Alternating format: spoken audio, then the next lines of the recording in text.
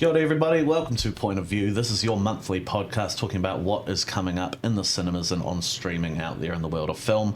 My name is Tom Augustine, thank you so much for being here. Today we have Tandi Wright in the studio talking about her excellent new film Evil Dead Burn. She is a really great New Zealand actress, kind of New Zealand acting royalty, so it's really great to be able to have her in the studio today. Stay tuned. I am so excited to have Tandi Wright in the studio today. Thank you so much for being here. It's my pleasure. Great pleasure. I am really fizzing because I've just come off the screening of Evil Dead Burn a couple of days ago, and I really enjoyed it. I haven't seen it yet. That's crazy. That's really. I think you're in for a good time. It's a really impressive film, and I was really stoked to be able to catch it. And I really one of the things that I really like about it is that it, about halfway through I was thinking, this is a great horror film, but it could also work as just this really horrifying family drama. Kind of like something like Hereditary or something, which I think is kind of new territory for this series as well. Yeah, that's right. And totally that's what I was playing. That's what... It's such an interesting thing. I thought I would, horror film, it'll be physically tough. I'll be running around covered in blood. But the hard bit was it was so emotional. It was so much more emotionally deep than I was expecting. And I kind of hadn't thought of it. But the more I went into that material, I was like, this woman who's used to being in control of everything and protecting her family and suddenly she can't protect anything. She has control over nothing. Her world is just disintegrating. It was like a wonderful domestic setting to play. And it falls apart so rapidly as well. And you capture it really well. In the early scenes, there's a couple of scenes that really stood out to me. Right at the beginning, there's this funeral scene, and there's this ingenious use of construction noise in the background that's really sets your teeth on edge. And then there's this, and I think I've seen you speaking about it, there's this scene around a dinner table, and I was thinking these performances are really meaty and really so I'm interested in what kind of space you were given to perform it and to explore it as a drama and not just as a horror film, which is also very successful. Yeah, totally. Well, I think as an actor you just have to play the truth of the situation. I can't be playing I'm in a horror film. It's like this is real to this character. Yeah. That the dinner scene that you reference is interesting because it's almost the first thing we shot. We had some weather calls, which meant that got pulled up the schedule. And it's such an important scene and almost operatic in its scale, which is, I just love that scene. But we were like, you can't do this first. You can't shoot this first because we don't know what we're doing yet. But it was actually really great in retrospect that we did, because all of the family dynamics are on play in that scene. And we really bonded as an ensemble cast. We had a little tent off set where we went in between, and the darker the material gets on screen, the more stupid stuff happens in the tent, the more giggling and taking the piss and all, really important. And then when we go on to shoot the rest of the film, we have real relationships. The actors are using the real relationships, and there's real trust. And that's it's so important for the work. It just means you can go to a much more deeper, more interesting place quicker. Yeah, absolutely. And it's interesting because, there is a way in which, and I think we've seen this in other Evil Dead films, it becomes like this kind of cartoonish, kind of over-the-top kind of assault of blood and guts and gore. And there is plenty of that in this film. But to find that balance, I think it does seem to come from that relationship between the actors. Totally. And I think there are deeper themes as well, running through it, which you can take or leave as an audience member, but they're definitely there. Yeah. And Sebastian was always, Sebastian, the director, was very clear, it's like, he's French. I am not making a dumb movie. I'm making a French movie. I can see that. Not just because the main character is also French, which I thought was quite refreshing for an American American horror film as well. Yes. Yeah, well, she's the outsider. Yeah. Coming into this insular American family. Absolutely. But on that, I also feel like I was watching it and I came away thinking, you know, obviously this isn't a New Zealand film, but so much of it screams New Zealand, from the locations to the presence in the top line cast of so many Kiwi actors. Yes. Which is really cool. And Yes. I was like, I think we can claim this as a New Zealand film. 100%. Yeah. Well, they've been making Evil Dead films in New Zealand since 2013. Yeah. And the beauty of Evil Dead is that our producer, Rob Tappert, has lived and worked in New Zealand for decades. And Rommel Adam, other exec producer, has also worked here a lot. And they know New Zealand actors and they trust them. Yeah. They know that we're as good as anyone else in the world and they're not afraid to cast us. So we've got 3 Kiwis in the top, like 50% of the top cast are Kiwis So in the cool. top 6. So cool. And should be the case all the time. But we currently, I'm Vice President of Equity New Zealand, which is the performers union, and we've been pushing on this for a long time, that we need stronger incentives to use New Zealand performers in lead or major support roles, because we are as good as anywhere else in the world. And this is so commonplace everywhere else, Australia, Canada, UK, all got really strong incentives to use their local actors because it's good for the local industry. Absolutely. It's like we totally shoot ourselves in the foot when we don't do this. Because when we cast our actors in meaningful roles, they gain experience, they gain profile, they go on to work on other things, and then all of that beautiful experience they have, they bring back to the domestic industry, and eventually they can attract finance Absolutely. to both international and domestic productions. So it's kind of weird that we haven't jumped on this earlier, and I think it's, you know, I think it's just a hangover from the days when performing was kind of a hobby. Yeah, right. There's like this feeling that maybe we are fortunate to have these productions come to New Zealand, but we shouldn't like push ourselves too much. Totally that. And we've Very sort Kiwi. of, we've set ourselves up as a service industry really, Yeah. which works well for crew in lots of ways, because the crew are busy and that and they are wonderful, amazing, and I'm all for that. But, you know, the bigger picture, if we use actors as well to be the front and centre of our film industry, that supports our domestic industry. Absolutely. And, you know, why wouldn't we do that? Absolutely. I mean, you see in like Australia, for example, we have people like Chris Hemsworth, Margot Robbie, who emerged from the Australian industry, and now Yeah.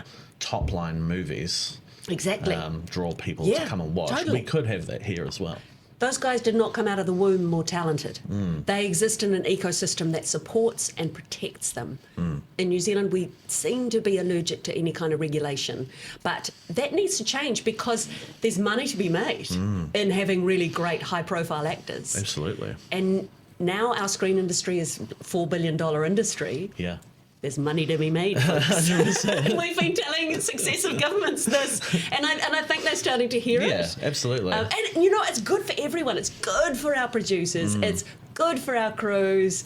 It's because casting is like the fairy dust on a project. It's the bit that everyone understands, and actors are who the public love to follow or Yeah. love to hate or love to love, or Yeah. you know. And the fact that we've kind of left our local performers out of the picture is shooting ourselves in the foot. And yeah, Evil Dead is such a showcase for why that is crazy, because the three Kiwi performances in this who are top lining, you and Errol Shand and Luciane Buchanan, are just so great and so exciting to see, and you all by turns heartbreaking and also deeply terrifying in different parts of the film. Thank you. How do you manage that turn to menace from playing like characters who, you know, are grieving and going through a really horrible? Is it an easy shift to go from grief to something much more sinister? I think it's a beautiful acting challenge.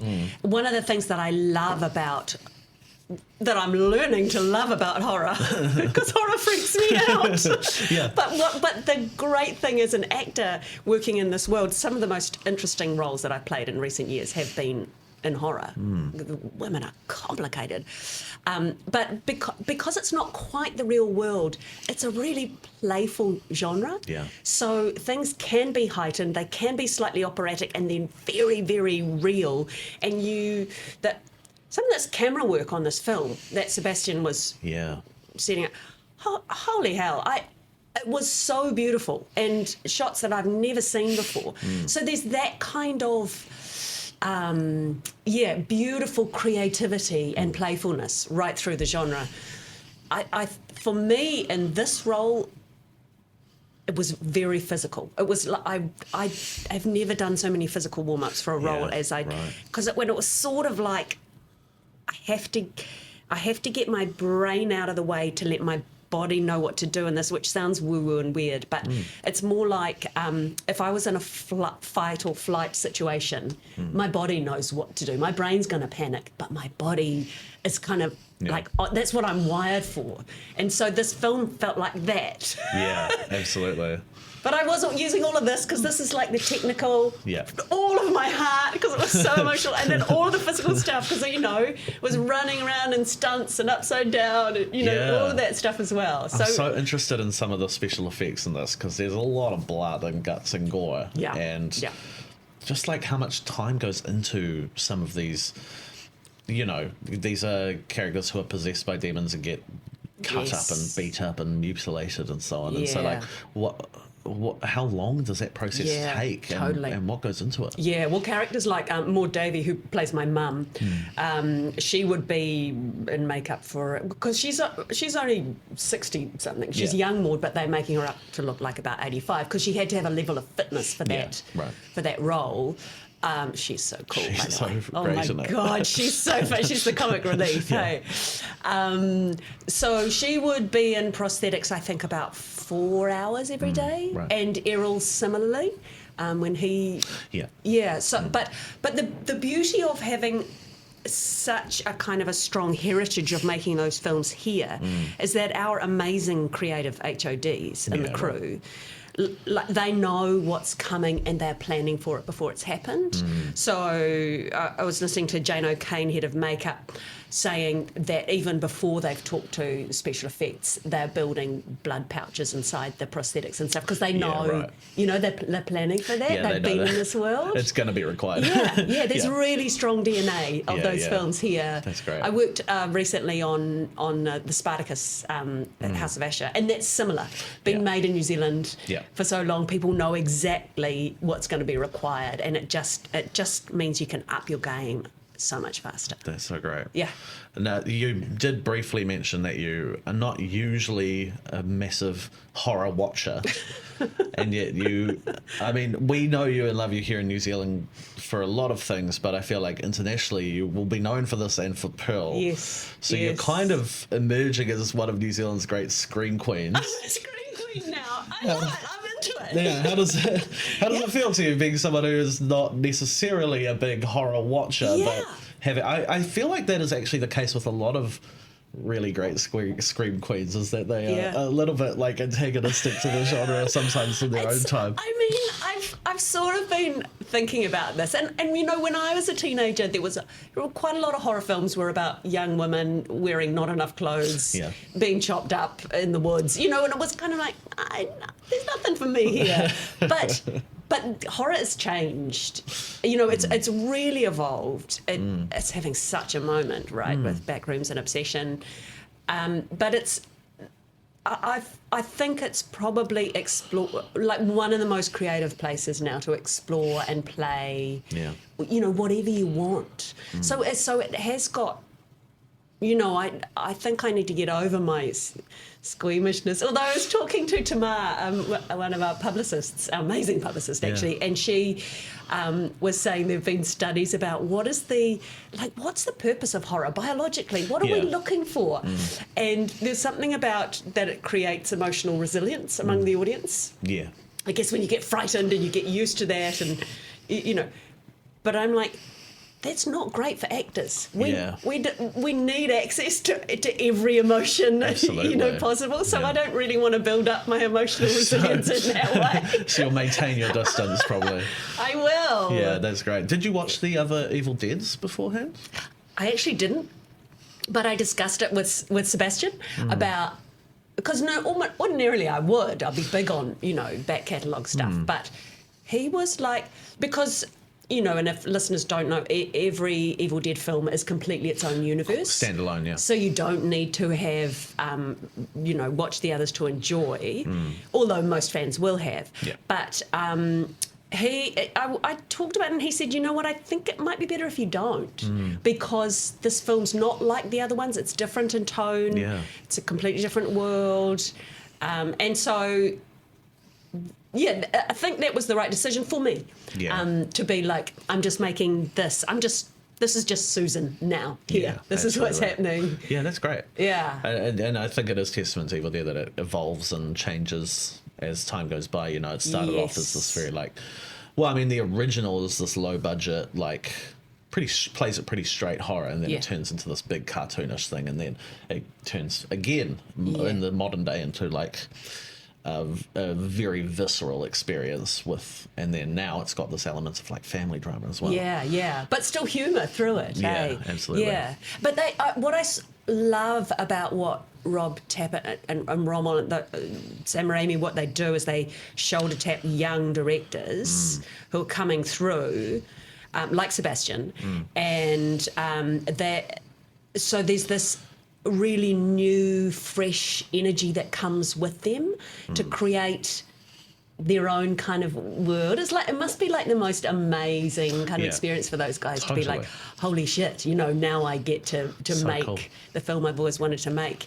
And being on set with Seb was like that, and that there was this wonderful creative energy of I don't know how to describe it to do it justice, but it was like we're all aiming for the best and everyone is feeding in. Yeah. It's like the best, not student film, but it's got the energy, the freshness, 100%. Yeah, that's what they said about, Lord of the Rings. The first Lord of the Rings was that same thing. Yeah, it's exactly. Everyone's chipping in. Yeah, that's great. 100%. Yeah.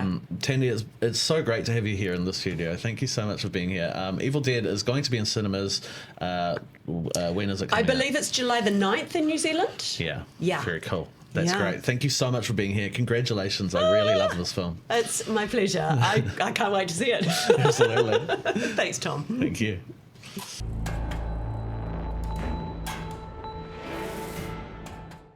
July is a big month for movies with the arrival of major summer blockbusters from America, and it does feel like the rest of the film world is maybe kind of getting out of the way for that month and making a lot of space for them. So there's a lot of big titles coming up, but not a huge wealth of titles in July. So right at the beginning of the month, we have the arrival of the live-action Moana. Obviously, this is a major film for New Zealand because of, the kind of Pacifica element of the story. It is one of the live-action remakes of the classic Disney animated films. This one's interesting because Moana itself is really, really new and really fresh. So a lot of people are asking whether it's necessary to do a live-action version of this story. That said, there is a wealth of New Zealand talent involved in this story, in this live-action version. Dwayne "The Rock" Johnson is there as well. And then also at the beginning of this month we have Jackass Best and Last. Now, the Jackass series is a really, really fun, very funny, long-running series, and it's it's often dismissed as a series of kind of juvenile antics, which it is to an extent, but there is sophistication there if you're looking for it. And these guys who are involved in Jackass are just so amiable and so fun to watch. And so they're putting together their final hurrah on film, and it looks like more kind of really, really enjoyable pranks and silliness. So that looks fun. Also, at the beginning of this month, we have the arrival of Andy Serkis's Animal Farm. Now, this one is, it has been quite roundly torn to pieces because it has taken that kind of sacred George Orwell text of Animal Farm and it's turned it into basically a children's film, which the original text was never really intended to be. You watch the trailer and it's a real head scratcher, particularly because of the wealth of talent involved in the voice cast. So it will be interesting to see how that is received by a wider audience. We also have Evil Dead Burn. Obviously, we're talking to Tandi today. Evil Dead Burn is the continuation of the Evil Dead series. Really, really great horror series. Really consistent. Has evolved from those iconic Bruce Campbell kind of action comedy horrors to something really sinister and gory and violent, and it's a different beast in the modern day. But there's a lot of really, really good stuff there, and Evil Dead Burn is very, very good. We also have The Invite, which is an interesting one. It's a 4-player kind of set in a single room kind of drama comedy and it's directed by Olivia Wilde, who doesn't necessarily have the best track record as a director, but she also stars in it. The advanced word is very good. It has kind of this Woody Allen-esque kind of vibe to it, which is intriguing. Really, really great cast. Edward Norton, Seth Rogen are there. It looks promising. Now, towards the end of the month, that's when those big blockbusters arrive. Specifically, obviously, the big one, the one that people have been excited for this year, Christopher Nolan's The Odyssey, picking up from his Oscar-winning run with Oppenheimer. This is his next film. It looks massive. Pretty much every famous person in Hollywood is in it. The scale is enormous.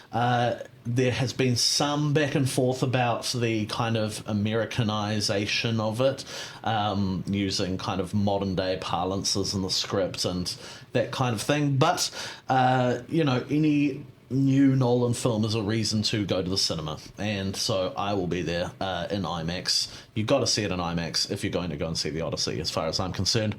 There's also Spider-Man Brand New Day, which comes at the end of the month. The Marvel series has been on a bit of a downward spiral recently. The Spider-Man films remain the bright spot. Those are the ones that people still flock to and see. Tom Holland is back as Spider-Man, Zendaya is there, and it will be intriguing to see where they go after the big explosion of that last Spider-Man film, which brought in, famous Spider-Men of past, Andrew Garfield and Tobey Maguire. So it'll be interesting to see what they do there.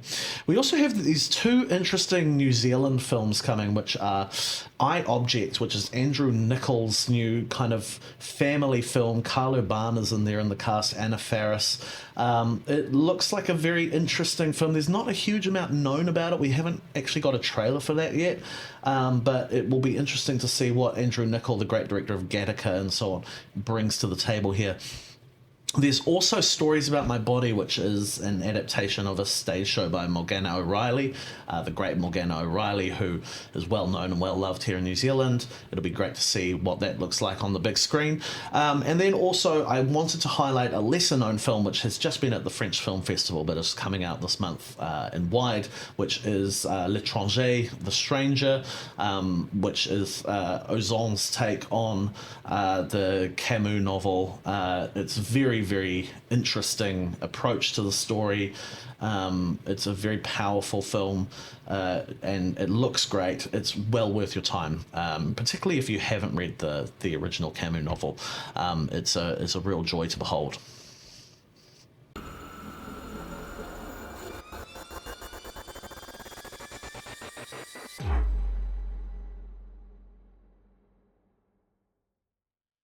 Premiering Tuesday, 21st of July, we have the exclusive Rialto Channel TV series, this really great Danish series called Carmen Curlers. Really great kind of heartwarming historical story. Basically, it follows an entrepreneur who has created a new electric curler, and he is trying to set up a factory, and he has this idea to hire women from the farms around the area, leading to the first time these women in this town have kind of being able to experience their own financial independence and that kind of thing. It's a story of, it's kind of this interesting kind of feminist kind of view on history and business. It's a really, really fun series, really heartwarming, and it should be a really, really good kind of winter watch. So that one is coming up on Rialto Channel. Now on Rialto View, which is your ultimate app for watching, you know, independent, interesting film in New Zealand, we for this month, my pick is going to be a Christopher Nolan film. Now, this Christopher Nolan film has the special distinction of being his first. It is called Following, and it is quite a short film, but it's a really, really interesting glimpse at the kinds of things Nolan would make later on in his career when he had these massive budgets and this massive scale. You know, it's the beginning of that career, and it's really, really great to watch with that kind of thing in mind. You know, it has a lot of the hallmarks of Nolan's work, right down to the fact that the main character is kind of this semi-anonymous man in a suit, and the idea is that you know, he is following someone, he's pursuing someone who he's intrigued by. It's a very, very interesting film, a really interesting start to a career that would go on to define film in the 21st century. So that one is my pick to watch this month on Rialto View. That's all we have time for here at Point of View today. Thank you so much for being here. My name is Tom Augustine. We'll see you next time. Ka kite.